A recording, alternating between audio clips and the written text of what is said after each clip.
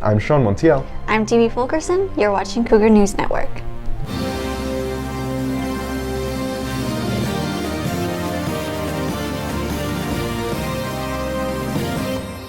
It's officially been over a month since the 2024 general election, where former President Donald Trump defeated Vice President Kamala Harris, securing all 7 swing states in the process.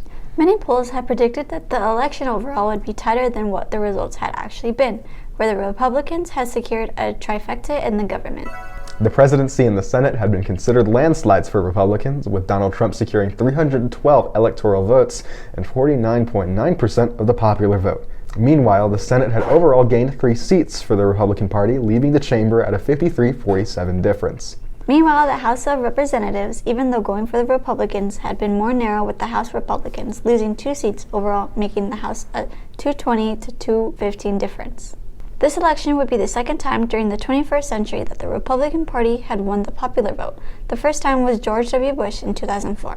After the results, many Democratic pundits and figures have made questions and blamed various factors for the Harris-Waltz defeat, leaving the Democratic Party divided between factions. Meanwhile, President-elect Donald Trump has begun to appoint his cabinet members, with much controversy from the Democrats and the Republicans. Notable nominations here are Senator Marco Rubio for Secretary of State, WWE executive Linda McMahon for Department of Education, Robert F. Kennedy Jr. for Health and Human Services, U.S. Rep. Matt Gaetz for Attorney General, who had been dropped for consideration after misconduct allegations. While Trump has been picking his cabinet, there is also what he plans to do when he enters office. Reporter Paul Gomez discusses the new Trump administration's plans for its second term. This will truly be the golden age of America. That's what we have to have. President-elect Donald Trump begins to lay out his plan for his final term. In a recent interview with NBC News, Donald Trump has stated to the nation this: "We want success for our country. We want safety for our country." Out of the several points he had made throughout the campaign trail and this recent interview, a major few stand out, which include raising tariffs on foreign nations, a massive overhaul of the immigration system, and an isolationist foreign policy standard. First off, tariffs, which in simplistic terms is a tax on the imported and/or exported goods from other countries. During the campaign trail and after the election, Trump had heavily leaned into the implementation of tariffs in his attempt to revitalize American industries. Importantly, he had stated tariffs on Mexico and Canada, which are our largest trading partners. Canada, and in particular Mexico, we have millions of people pouring into our country. If it doesn't stop, I'm going to put tariffs on your country at about 25%. Mexican President Claudia Sheinbaum and Canadian Prime Minister Justin Trudeau has staunchly rejected the idea of implementing tariffs onto their nations. Sheinbaum and Trudeau have entered talks with Trump to negotiate the revocation of these supposed tariffs, where they have seemed to have gained some success, and Donald Trump has mostly backed off from tariffs from these neighbors, but has not completely rejected the idea of tariffs. I'm a big believer in tariffs. I think tariffs are the most beautiful word. I think they're beautiful. It's going to make us rich. All I want to do is I want to have a level, fast, but fair playing field. To put some perspective on how these tariffs would impact the USA, although there would be more American-made products and jobs for manufacturing, the cost of everyday goods would substantially increase due to the high labor costs in the United States compared to Mexico and China. Meanwhile, Trump has laid several plans on mass deportation of undocumented immigrants and a rework of the immigration system. We're starting with the criminals, and we got to do it. And then we're starting with others. You don't want those people in this country. Donald Trump has stated several times in his first days in office he will conduct the largest deportation in American history. The question of the possibility and viability of this is questionable, as it takes a gigantic amount of resources to deport millions of people. For the initial phases of the administration, Trump is focusing on undocumented immigrants who have committed crimes in the United States and in their previous home country.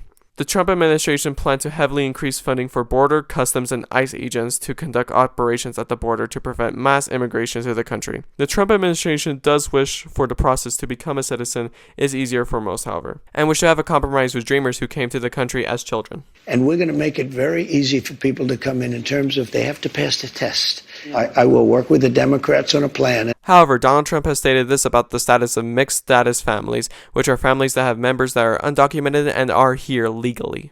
I don't want to be breaking up families, so the only way you don't break up the family is you keep them together and you have to send them all back. On the perspective of American foreign policy, the president-elect has had an America First policy during his first term and plans to continue this stance in regards to Ukraine, China, NATO, and Israel and Palestine. You're talking about hundreds of thousands of bodies laying all over fields.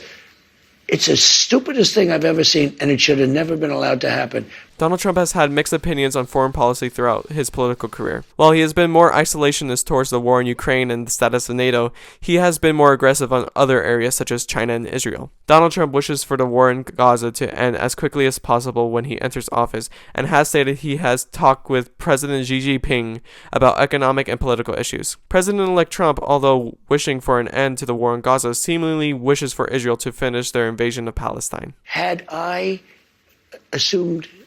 kept control, number one, Israel wouldn't have happened. Number two, Ukraine would have never happened. It would have never happened, Ukraine, Russia. Donald Trump's second term will be packed with several initiatives he plans to enact in his first month in office, with information that we haven't discussed. For example, his belief in states' rights on abortion issues, his plans to overhaul Obamacare and replace it with his own plan, birthright citizenship, January 6 pardons, and the hiring of Project 2025 writers in his administration, and much, much more. The story is still developing as there is still a month until Inauguration Day. This is Paul Gomez reporting. Here at Franklin, students have had a variety of opinions about the recent election. Reporter Paul Gomez reveals student thoughts of this historic event in their lives. The student body of Franklin has experienced another historic election where many have been divided over partisan issues. Many students in the senior class of 2025 voted for the first time involving themselves in our nation's democracy. I feel like they could especially give a lot of more ideas and stuff like that. Many students had varying opinions on how the election season was going at the time they were questioned.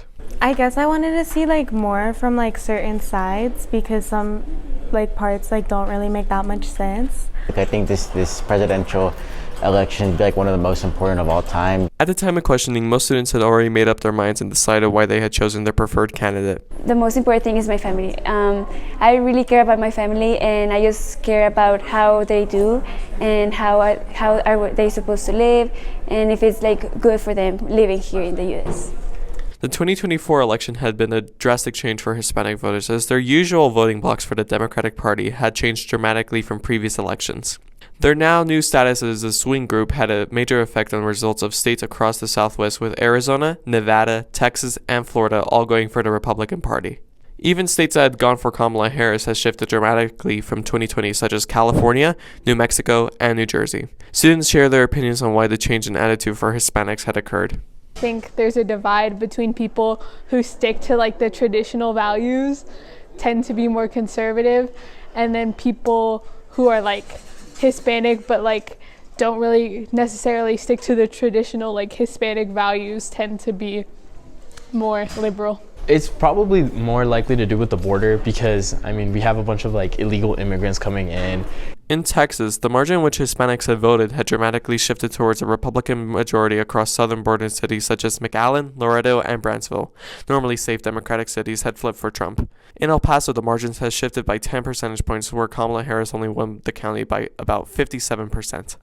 Although the election season had ended weeks ago, the repercussions of this historic event are still being felt across the nation as the transition is underway for Donald Trump. How the current events for students will affect them for their education is unknown for now. This is Paul Gomez reporting.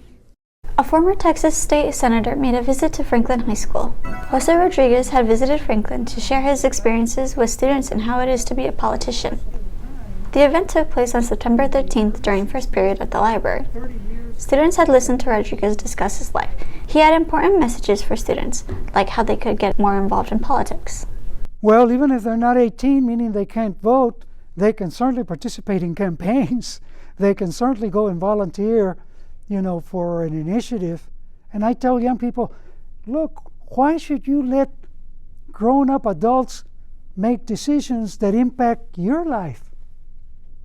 Why should you not be a voice and participating in the process, whether you can vote or not? In recent news, President-elect Donald Trump had stated to reporters that he wishes to end birthright citizenship in the United States. Birthright citizenship allows anyone who was born in the United States, no matter what their parents' nationality is, to become an American citizen. The Dreamers are going to come later, and we have to do something about the Dreamers, because these are people that have been brought here at a very young age, and many of these are middle-aged people now. They don't even speak the language of their country. And yes, We're going to do something about the What does that Dreamers. mean? And What are you going to do? I will work with the Democrats on a plan. The possibility of this occurring is very low, as this law is protected under the 14th Amendment and would need a constitutional amendment to be repealed. Some important dates to know are January 6th, where Congress certifies the results of the 2024 presidential election, and January 20th, the date Donald Trump will be inaugurated into office as the 47th President of the United States. We will have the day off on January 20th. That'll be all for this week, Cougars. As always, I'm Sean Montiel. I'm DB Fulkerson. Thanks for watching Cougar News Network.